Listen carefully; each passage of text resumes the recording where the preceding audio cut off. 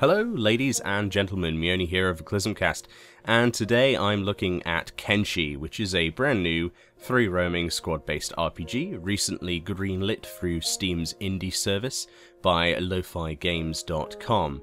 So what is Kenshi? Kenshi is an open-ended squad-based strategy RPG where your camera is facing down towards your character or set of characters that you recruit along your very unique and very strange journey. So speaking of that said adventure, you can see on screen now I'm choosing my beginnings. Basically this changes what sort of skills that you have as base, such as your skill to build basically reduces the chance that you're going to be an extremely powerful ninja assassin, for example. However, being an assassin means you're probably likely to be terrible at building, and so on and so forth. It also affects your starting amount of money as well, which affects how many people you can perchance recruit at taverns to join your squad. So obviously these choices do obviously impact the way that you play. So it is very important that you choose a lineage that would be most appropriate for your starting character. So I choose the Freedom Seekers, where you start with 1,000 of the in-game currency. Fed up with the stifled city life and taxes, you gather a band to head out and found your own home base. You have assembled a group of 5 other like-minded people, and you've gathered a good supply of building materials to get started with. So I'm going for the crafting, building sort of lineage, see how we can do with this, and we'll give it a good first impressions. So you can see here I'm trying to create a character. This is obviously very early alpha footage you're seeing now. This is not even the most recent footage. I recorded this prior to the release of the recent update, so it will look a little bit different, but I will probably put out another video taking a look at what's changed in the progression of this game as it goes through different phases of the alpha process. However, here obviously the sliders make quite some significant sort of changes to your character aside from hair and face. Obviously there's going to be a lot more options than this, but if these sliders stay in, you can make some really quite diverse characters, and you can only change the style of the first character, your own character, I believe, at the start. But we're going to go for a pretty lolsy look at these sliders, push them all the wrong way, and see what we can come up with. So we're making the Hunchback of Notre Dame pretty much here, the bloody giant guy with a katana, a hunchback, massive arms, and you could really push these sliders out of proportions. I imagine this is going to be fine-tuned, but this is kind of hilarious. I do love messing around with things like this, but obviously this isn't representative of any final product, so take this with a pinch of salt and a bit of humour.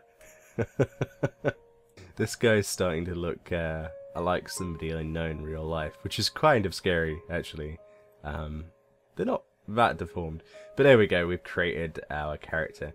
And as you can see in the game, we have, oh my god, I've zoomed out a little bit there. We have this very open desert that we start in. Here's our little character, and we have all of the other squad members. Now, with only my one person selected, I can move me, or I can select another member of the squad and make him move. You know a character is in your squad by the bottom middle screen with all of those silhouettes, so I can individually select them, or I can do like in every other RTS and select drag them like that, and then I can right click to tell them where to go. And also you can see down here on the bottom right there's a way of making them run faster instead of walking, or I can make them just stroll in a tight formation. This also changes the way that people attack and other things. I understand there's to be some really quite in-depth squad commands, as you can possibly imagine. This does allow for huge scale battles, because obviously these are little tiny sprites, so this is going to be kind of epic. So now what I'm thinking is we should set up our camp somewhere near to another camp so we can get supplies for it a lot faster and a lot easier. Hopefully as well we can steal some guards from there and run to them if we need protection.